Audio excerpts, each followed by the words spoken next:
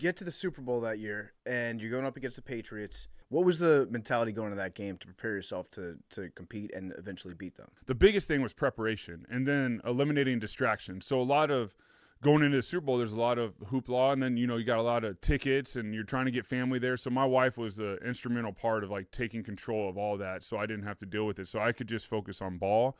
Wasn't on my phone a lot. Wasn't like, I might have talked to my dad once. I was just so locked in because we have so much respect for the Patriots. One of the greatest dynasties, if not the greatest dynasties in NFL sports history. We know what we're going against. So just the preparation, the hard work, testing things at practice, being super aggressive at practice to test my limitations.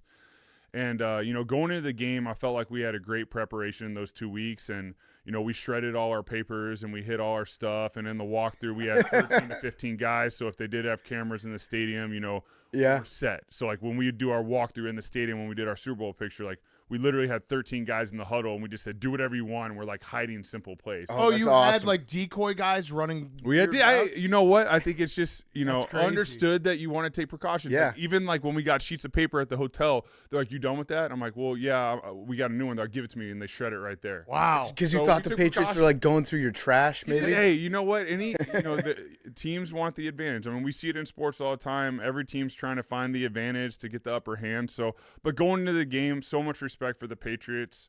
But Doug Peterson and, even like when I play for Andy Reid, the biggest thing they talk about is faceless opponents. Like, don't like think about like who they are, their history, or what's on their helmet. Just like they're objects out there. Mm-hmm. So just treat them as objects and play them and do your job, and just execute the play. So I just kept it simple.